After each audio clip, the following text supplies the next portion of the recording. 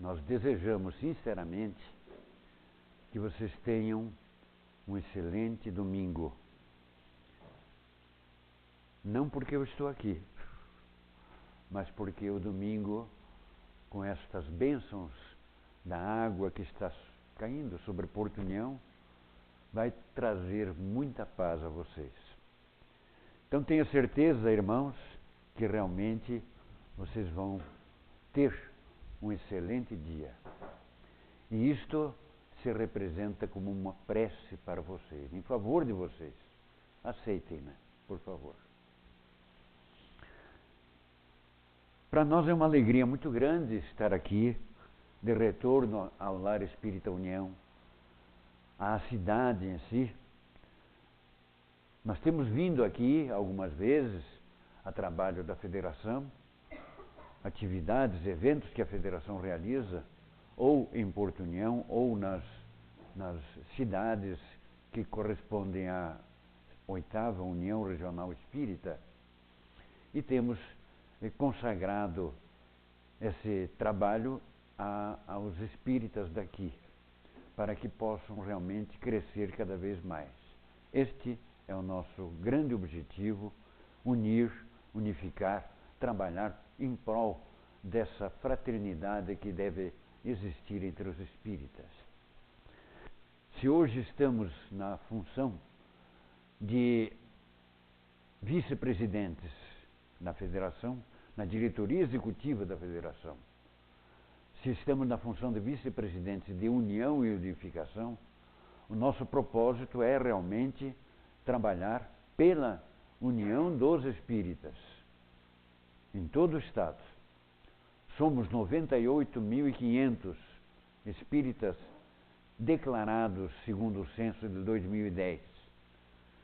Trabalhemos para que esses 98.500, e que certamente se agregaram a eles após 2010, tenhamos muita alegria de viver fraternalmente. A alegria de viver fraternalmente. Nós trouxemos hoje para vocês este tema, o bem e o mal. Ele, na verdade, é um tema que está no livro A Gênese. Isto porque o livro A Gênese, neste ano 2018, está completando o seu sesquicentenário desde o momento em que foi lançado a público, em 1868. É a última obra da codificação espírita e é, lamentavelmente, uma obra pouco lida. Se nós quiséssemos fazer um levantamento das obras mais lidas do Espiritismo, encontraríamos essa entre os últimos lugares. E é lamentável, porque essa obra tem material indispensável para nosso conhecimento, para o nosso crescimento, e faz parte do processo de codificação da doutrina. Seu nome completo é A Gênese, os Milagres e as Predições segundo o Espiritismo. Na verdade, são 3 obras dentro de uma só. Uma que trata da Gênese, Gênese planetária, Gênese espiritual, Gênese física, e outras 2 que tratam dos milagres, chamados milagres, realizados por Jesus, e pelas predições que ele fez. Então temos 3 obras numa só e que merecem ser lidas, sem dúvida alguma. Mas vamos iniciar relembrando aqui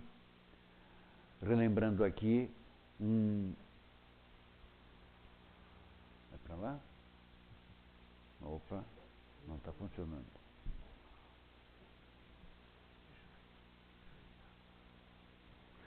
Relembrando aqui que os astrônomos em todos os países, e não só astrônomos, mas profissionais da astrometria, da astrofísica.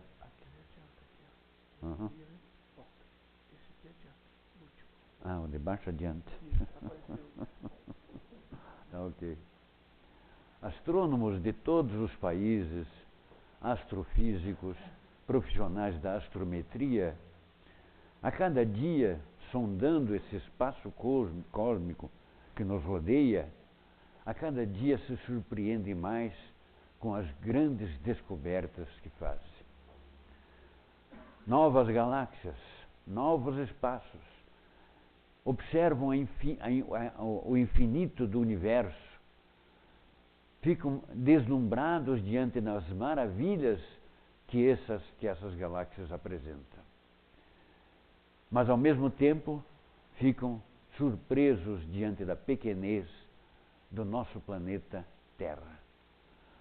O planeta Terra é um dos menores corpos celestes do universo. Menor que um grão de poeira se comparado, né, a tantos outros que giram, que rolam por esse espaço cósmico. Por isso nós temos aqui a pequenez do nosso universo, a pequenez da nossa casa, comparativamente aqui à Terra. Há outros corpos menores, claro, mas temos só no sistema solar Urano, Netuno, Saturno, Júpiter, como enormes orbes rodeando-nos. E dentro do próprio sistema solar, e o próprio sistema solar é um sistema dos menores. O Sol é simplesmente uma estrela anã diante de todas as outras que nós pudermos ver no universo. Pois bem, embora então nós, os terráqueos, nós os que aqui vivemos, não sintamos, a Terra, o planeta em que nos expressamos fisicamente, gira em torno do Sol a uma velocidade de 109 mil quilômetros por hora. 109 mil quilômetros por hora, velocidade essa que poderia até ser considerada muito maior, cerca de 1 milhão de quilômetros por hora, se considerarmos que o Sol também tem uma velocidade e gira em torno da sua estrela guia no universo, na galáxia, né? Então, a cada momento, a cada 60 minutos, estamos viajando aqui, considerando apenas a Terra, a 109 mil quilômetros por hora. Admitamos, porém, que essa surpreendente obra universal, essa obra que se estende ao infinito, movimentando-se incessantemente, ela realmente somente pode ter sido criada por uma inteligência muito superior a nós. Admitamos isso, não podemos negar isto. Realmente o homem seria incapaz de realizar uma obra dessa natureza. Pela harmonia que existe no universo, pela ordem, pela serenidade com que tudo isso se mergulha nesse fluido cósmico que banha o universo inteiro, esse oceano que banha o universo inteiro, nós temos realmente aí uma obra de alguém, de um ser muito superior às criaturas da Terra. Então, e de qualquer forma, seria impossível dizer que foi o acaso que formou tudo isso. O acaso não poderia fazer alguma coisa inteligente, como é o universo. Não poderia formar algo de tanta inteligência como nós conhecemos o universo. Então não é o acaso. Como diz o Sr. Allan Kardec, um acaso inteligente já não seria, de qualquer forma, acaso. Portanto, a esse régio Criador de todas as coisas, chamamos-lo apenas Deus. Conforme disse Victor Hugo, literato francês no século XIX, chamamos Deus por falta de um nome maior, porque realmente mereceria ter um nome muito maior. E foi exatamente nesse mesmo período de tempo em que Victor Hugo esteve conosco, do século XIX, que o professor Hippolyte Léon Denisard Rivail, que então se entretinha nas pesquisas a respeito daqueles fenômenos que estavam ocorrendo em França, em vários países do mundo, que lhe traziam informações também surpreendentes. Foi nessa mesma época que o senhor Allan Kardec pergunta aos espíritos: o que é Deus? O que é Deus? E os espíritos responderam: Deus é a inteligência suprema, causa primária de todas as coisas.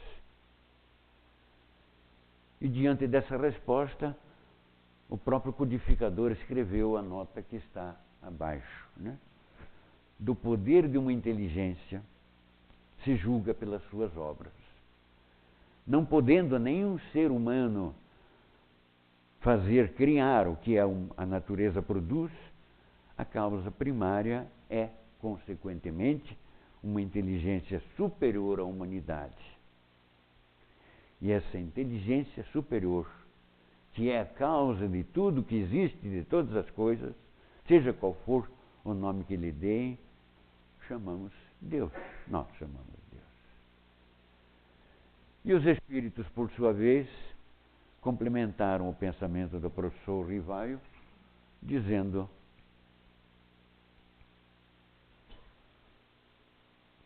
a razão nos diz que Deus deve possuir, em grau supremo, todas as perfeições que lhe atribuímos. Portanto, Deus tem que se achar isento de todas as imperfeições que a imaginação possa conceber.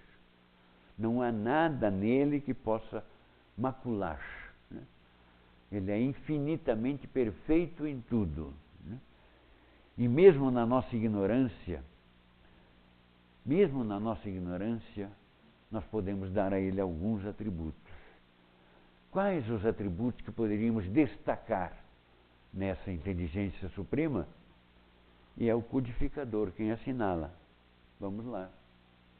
Atributos de Deus. Ele é eterno, é imutável, é imaterial, é único, é onipotente, é soberanamente justo e bom. Eterno, porque ninguém poderia tê-lo criado, né? Ele é eterno, é imutável, não se muda, não modifica as suas leis. O que ele criou é imutável.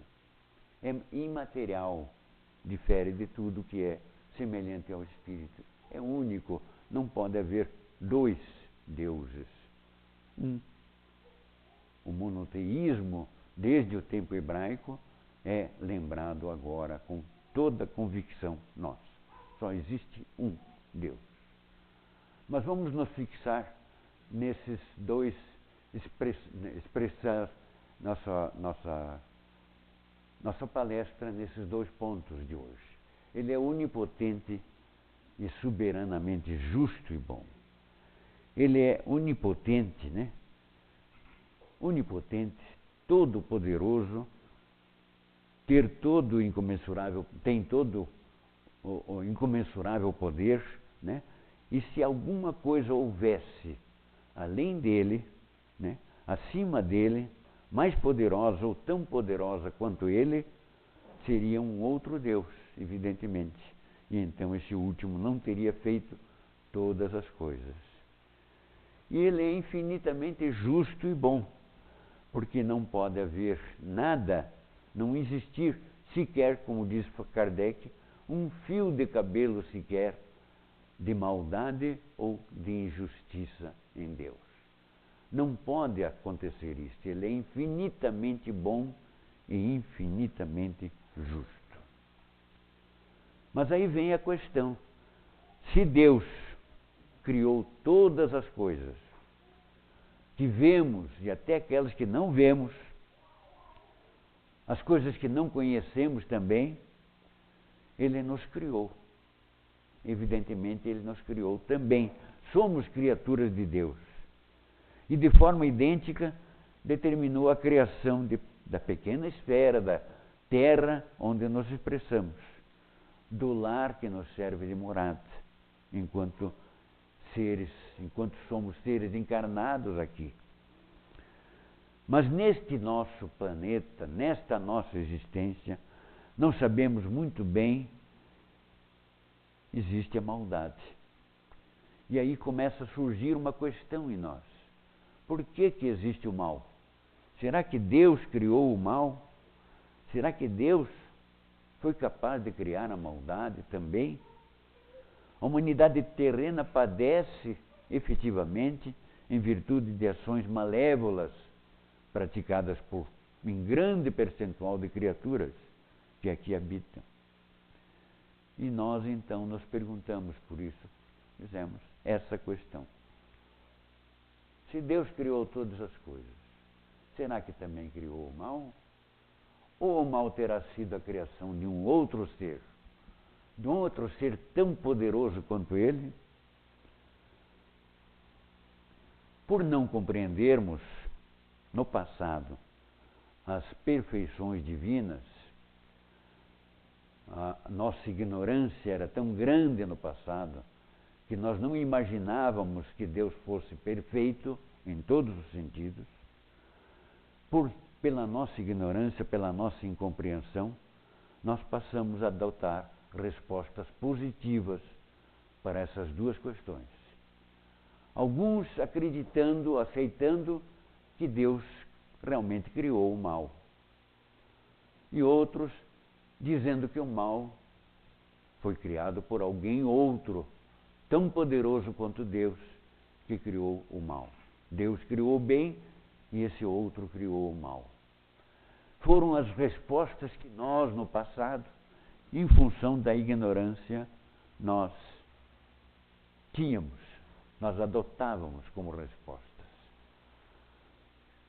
Então, esses outros propunham assim, a esse outro ser imaginário, criador do mal, passaram a denominá-lo como Satanás, Diabo, Lúcifer, o qual teria sob as suas ordens um exército de demônios, eu estou colocando isso entre aspas, né, que nos instigariam à prática má para que padecêssemos no inferno, região onde vivem. No livro, vou passar um pouquinho para um outro livro, o livro O Céu e o Inferno, que também é da codificação, a justiça divina, né? O céu e o inferno, ou a justiça divina, segundo o Espiritismo, há um comentário sobre uma bula ou prédica de um arcebispo, dizendo que o mal realmente foi criado por este indivíduo a qual chamamos diabo, né?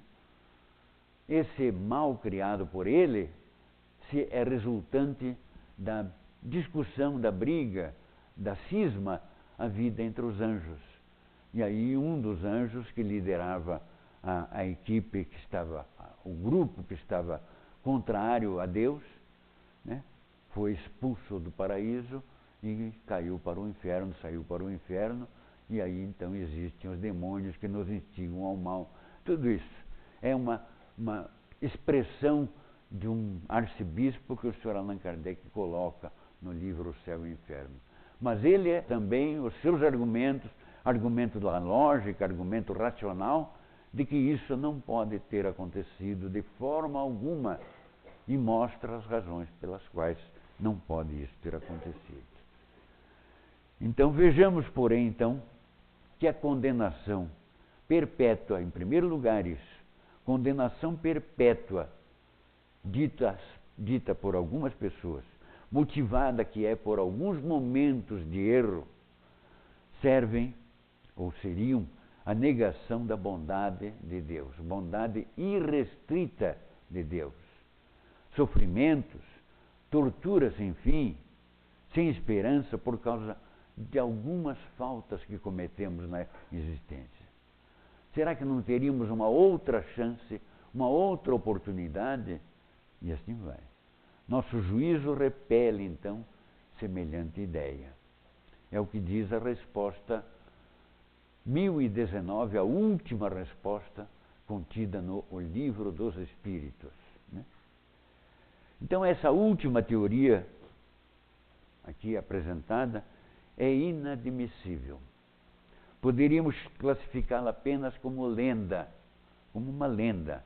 Porque se houvesse um ser nessas condições, de duas uma, ou ele teria sido incriado, e obviamente seria eterno como Deus, e Deus já não seria o único, ou ele teria sido criado por Deus, o que também é irracional, porque em Deus nada pode haver que seja infinitamente bom.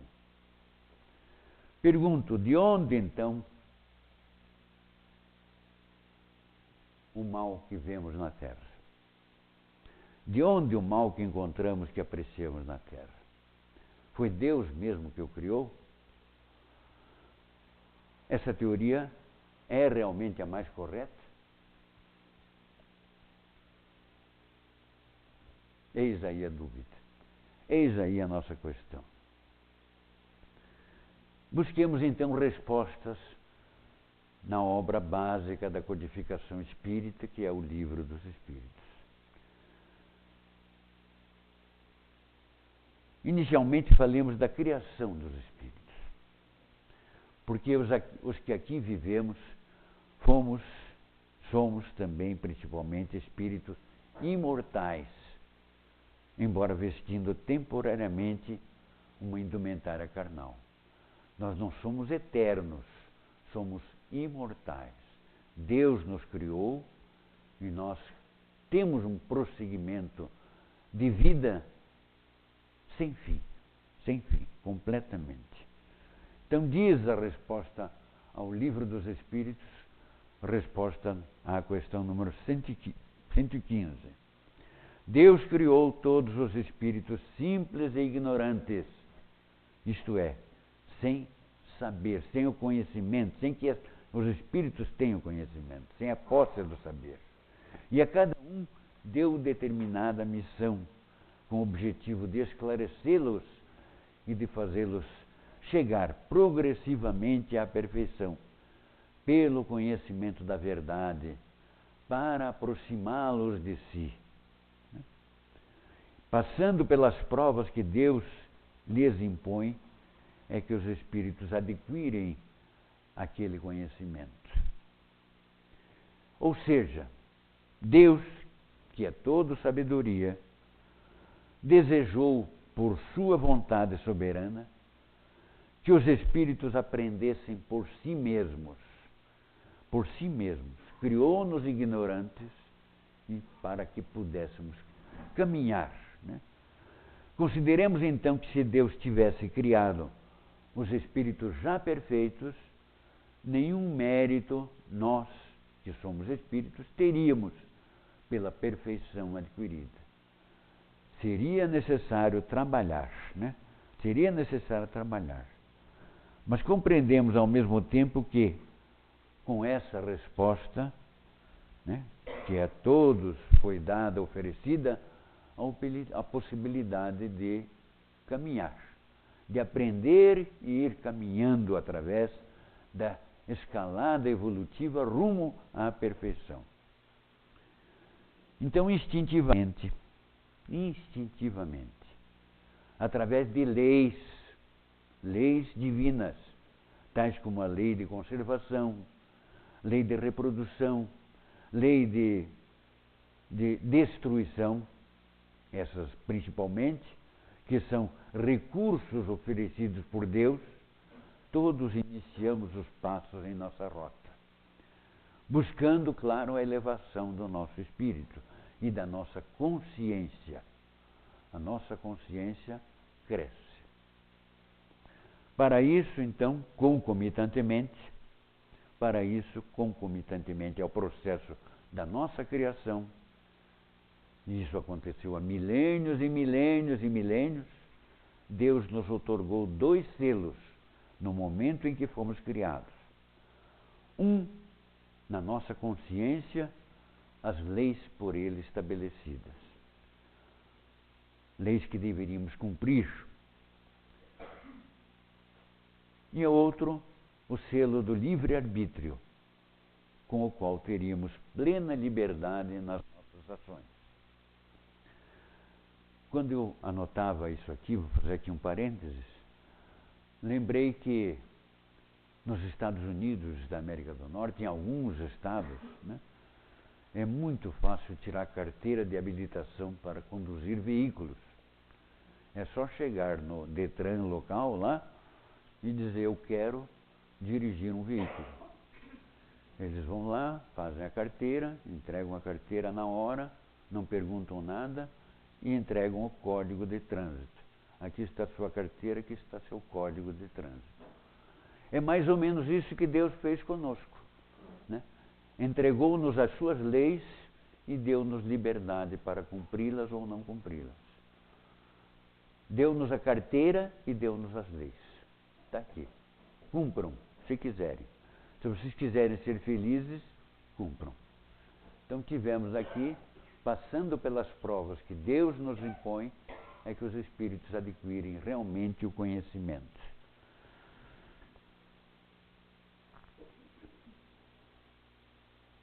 Aqui.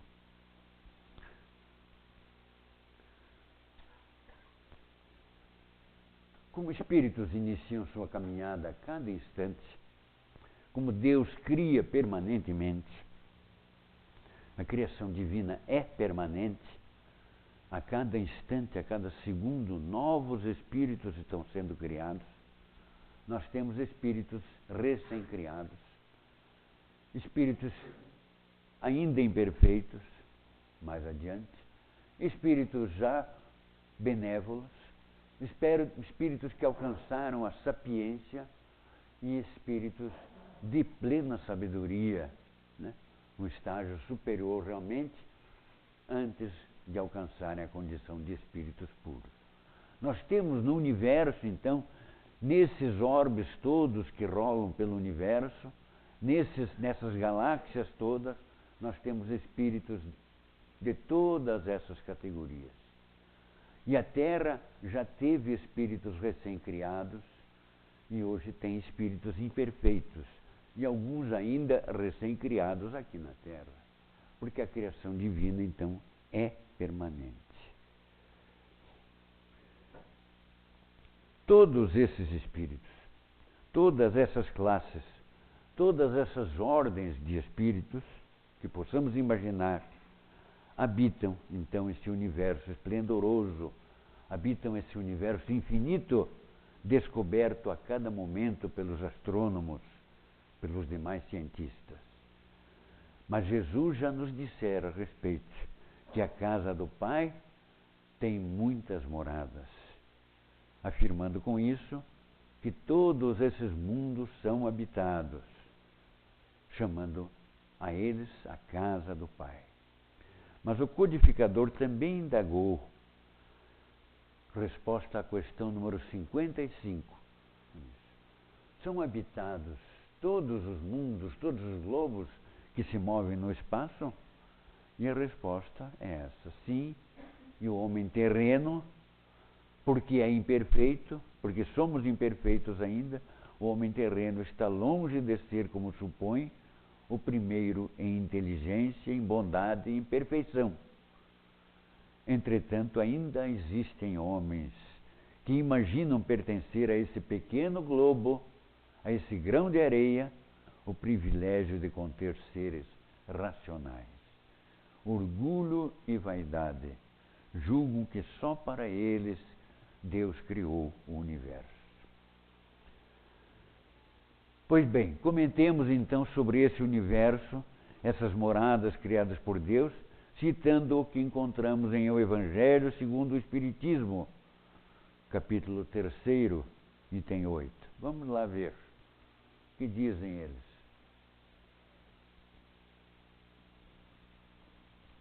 Tomando-se a Terra como ponto de comparação, é possível ter uma ideia do estado de um mundo inferior, supondo-se nele o homem no mesmo grau evolutivo das raças selvagens. Nos mundos mais atrasados, os seres que os habitam são, de certo modo, rudimentares. Os instintos não são temperados por nenhum sentimento de benevolência, nem pelas noções de justo e de injusto. A força bruta faz a lei, sozinha, mas não são seres degradados, são apenas como crianças em crescimento.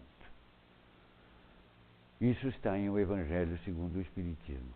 Por que trouxemos isso? Porque dentro daquele esquema do crescimento espiritual, de espíritos recém-criados até alcançar a condição de espíritos puros, nós temos instintos inicialmente. Os instintos é que nos comandam. Os instintos, tal como animais, verdadeiros animais. E pelas leis de conservação, de destruição e de procriação, nós vamos buscar então a nossa presa. Vamos matar, vamos cometer erros, vamos cometer os mais diversos crimes como verdadeiros animais, né? Então, tomando-se a Terra aqui como ponto de comparação, a gente vê esses detalhes. Mas nos itens 3 e 4 do mesmo capítulo, o Sr. Allan Kardec já havia comentado o seguinte. Disse ele: entre os diversos mundos, existem aqueles cujos habitantes são ainda mais inferiores que os da Terra, física e moralmente.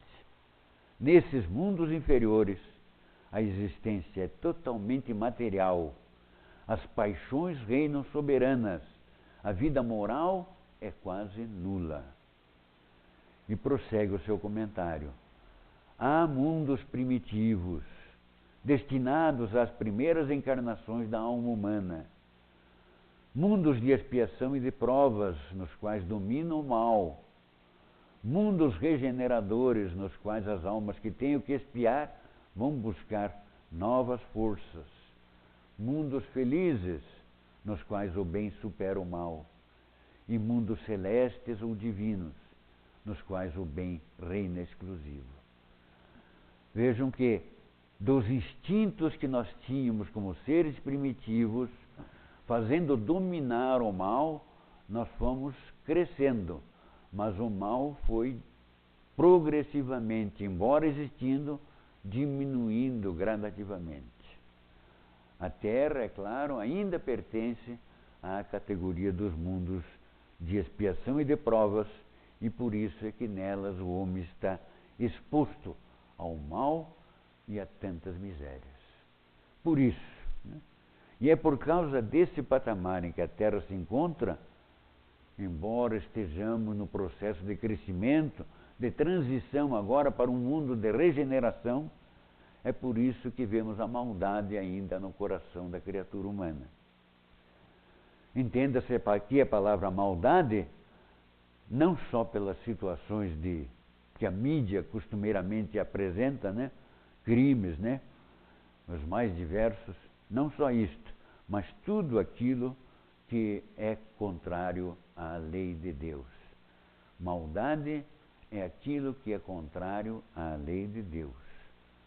Não só situações essas, mas também a maldade quando as criaturas infringem quaisquer das leis de Deus.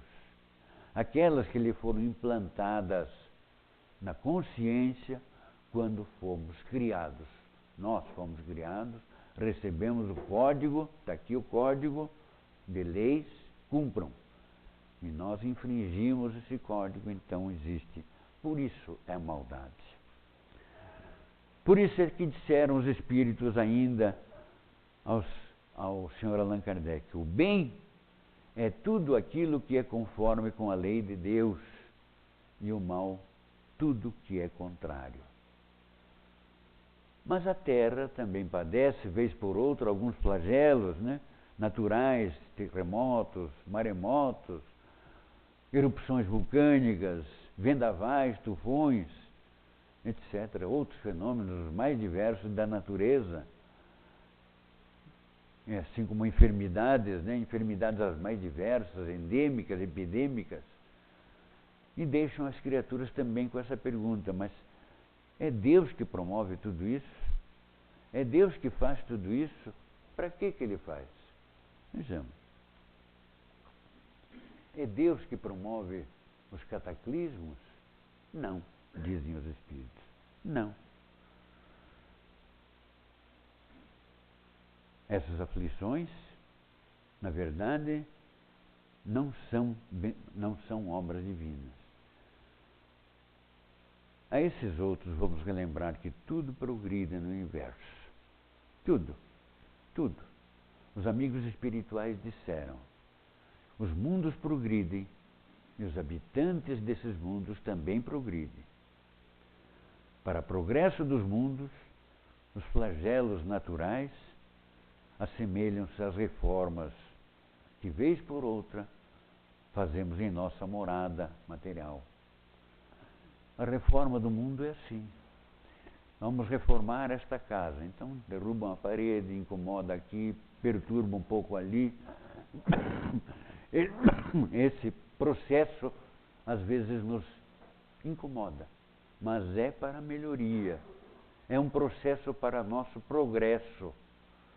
Então, aqui mesmo, ou nesta casa, ou noutra, ou na nossa residência, nós já fizemos algum tipo de reforma que causa certos transtornos, mas não é maldade, é com vistas ao progresso. Assim também, os flagelos da humanidade são para progresso nosso, né? Então, o progresso intelectual vai engendrar o progresso moral. Os flagelos e as enfermidades endêmicas fazem parte do processo de regeneração, de reformas da Terra, para estágios mais elevados. Exatamente isso, né? O progresso intelectual, por sua vez, engendra o progresso moral, fazendo compreensíveis o bem e o mal. É o progresso moral que vai nos tornar compreensíveis, mas o progresso intelectual é que vai gerar o progresso moral. E nesses últimos tempos temos visto um progresso intelectual bastante acentuado, exatamente para que haja um progresso moral também concomitante. À medida que o livre-arbítrio se desenvolve, desenvolve-se também a inteligência e, consequentemente, a responsabilidade sobre nossos atos. Mas o mal praticado pelos homens é, sem dúvida alguma, como disseram os Espíritos, a ausência do bem. O mal é a ausência do bem, assim como a escuridão é a ausência da luz, assim como o frio é a ausência do calor, e assim sucessivamente. Então, o mal é, em tese, a ausência do bem, assim como o frio é a ausência do calor. Deus não poderia ter criado o mal de forma alguma para contrabalançar o bem, mas criou o homem livre para se desenvolver por si mesmo e escolher o seu caminho. Se, embora ele não seja mais um espírito primitivo, se ele ainda é mau, se ainda carrega consigo a imoralidade, ele o faz por vontade própria e sempre sofrerá consequências desses seus atos. Realmente, na sua origem, no seu primitivismo, os espíritos estão num estado de nulidade moral e intelectual. Agem sem consciência, sem responsabilidade, porque essa responsabilidade começará no momento em que neles se desenvolve o livre-arbítrio. Então, o ser humano só tem instintos no início. No seu ponto de partida, só tem instintos. E o instinto é a primeira origem do mal, porque impele as criaturas a se apoderarem do que desejam ou a se concentrarem no que possuem. Vamos conhecer um indivíduo como este, né? Ainda primitivo, ainda só tendo instintos, e os instintos dele, pela necessidade de conservação, pela necessidade de procriação, age destruindo ou matando os seus próprios pares, os seus próprios companheiros e tudo que mais encontra. O mal é, em tese, a revolta dos instintos contra a consciência. Observamos, por exemplo, e diante disso, ações desenvolvidas pelos animais, como nós falamos. Os animais, face ao instinto, face à necessidade de conservação, lei já mencionada, os animais são instigados para a caça, né? Para a caça.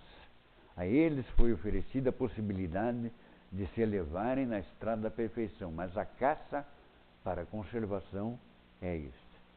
E instintivamente, através de leis, tais como a de conservação, como dissemos, todos iniciamos nós os passos na nossa rota. Então, concomitantemente ao processo da nossa criação, que foi há milênios de milênios, nós estamos lutando nesse sentido ainda, procurando nossas presas, né?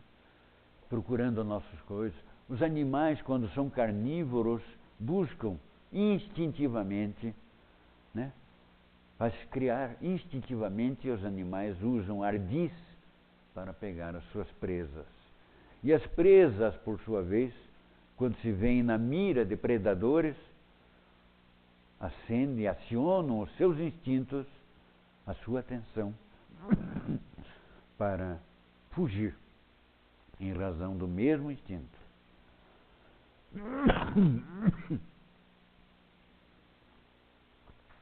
Então, de modo semelhante, do mesmo modo, os espíritos primitivos apresentam por algum tempo essa natureza animal.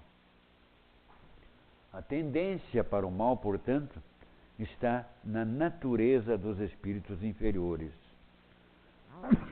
Quando primitivos, agem sem responsabilidade, mas à medida que progridem, passam a utilizar-se do livre-arbítrio, isto é, escolhendo o caminho do bem, escolhendo o caminho do bem ou, lamentavelmente, escolhendo o caminho do mal, se ainda predominem neles vícios e paixões. Vícios tais como egoísmo, vaidade, orgulho. Enquanto existir isso, existirá o mal na face da terra. Enquanto a criatura humana tiver orgulho, vaidade, ambição, ciúme, inveja, vai existir o mal. Porque a criatura quer o mal.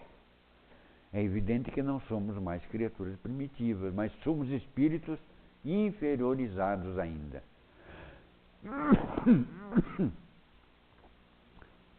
Como as leis de Deus, como temos as leis de Deus impressas na nossa consciência, nós sofreremos penalizações, sim. Consequências expressas por essas leis, que constam de um código moral, seja da vida futura, seja desta mesma vida, passando pela necessidade de expiar e de reparar os erros que nós cometemos. Desculpem, estou com cócega na garganta, né? Coceirinha na garganta, aquele bichinho do ronron. Então essa, em grande parte dos casos, irmãos, é a razão para tantas aflições na face da terra. E por vezes a causa de enfermidades, as mais diversas.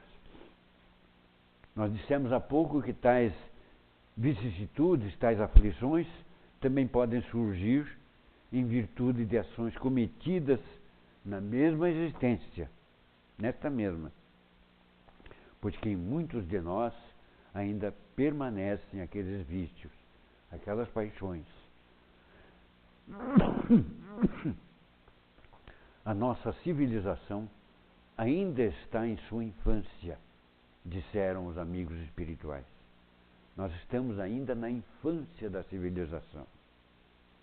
E às vezes, tão arraigado está esse mal em nós,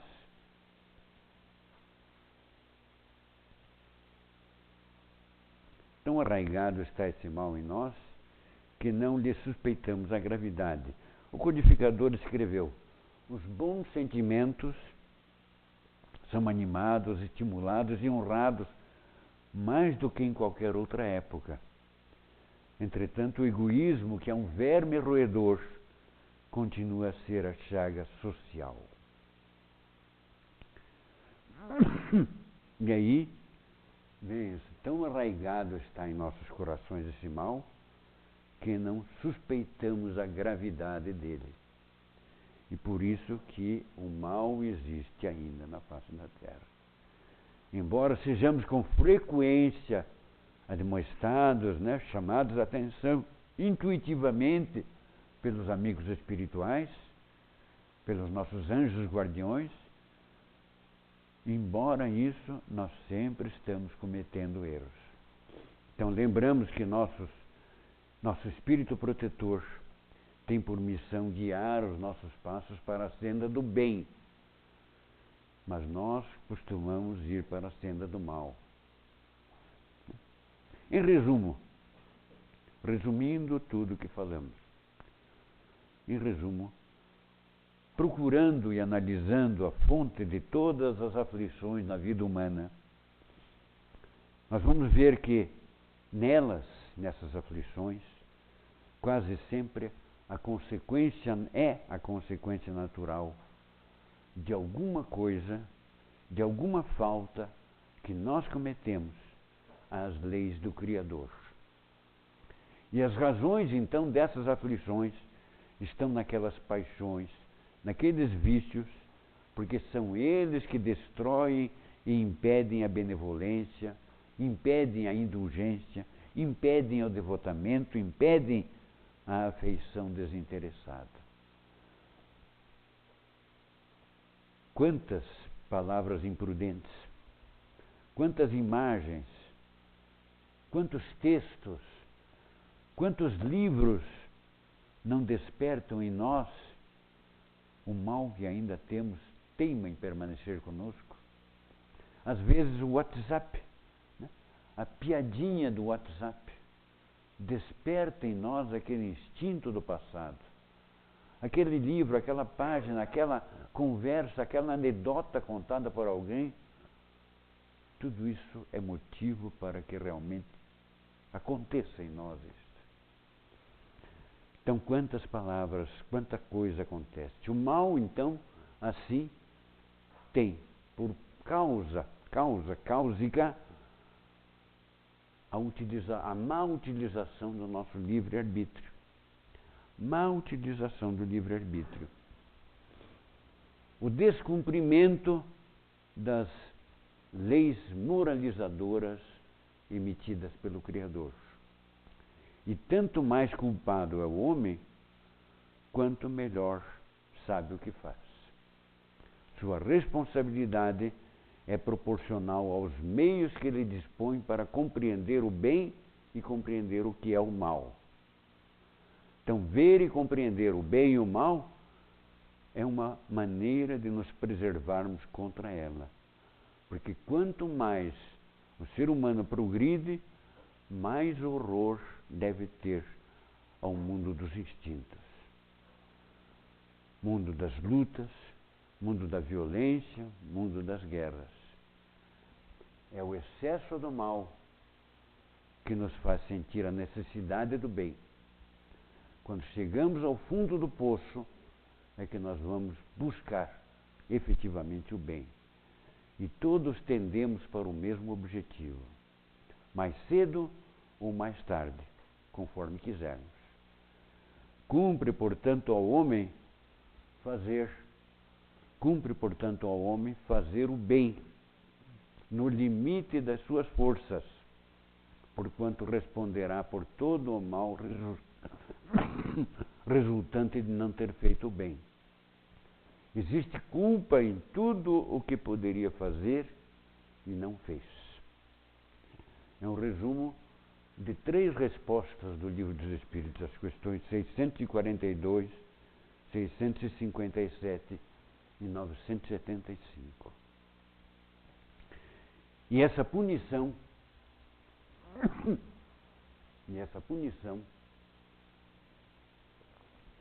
não é somente em razão do mal que nós fizemos, mas também pelo mal a que nós demos lugar. É preciso conhecer o mal para saber o que é o bem. É preciso que o espírito ganhe experiência, conheça o que é o bem, conheça o que é o mal. Disseram eles, os espíritos disseram. Essa é a razão pela qual se une ao corpo. O espírito precisa conhecer o mal para saber o que é o bem. Muito bem. Eis as nossas últimas expressões e o nosso agradecimento pela atenção de vocês. Muito obrigado. Viu?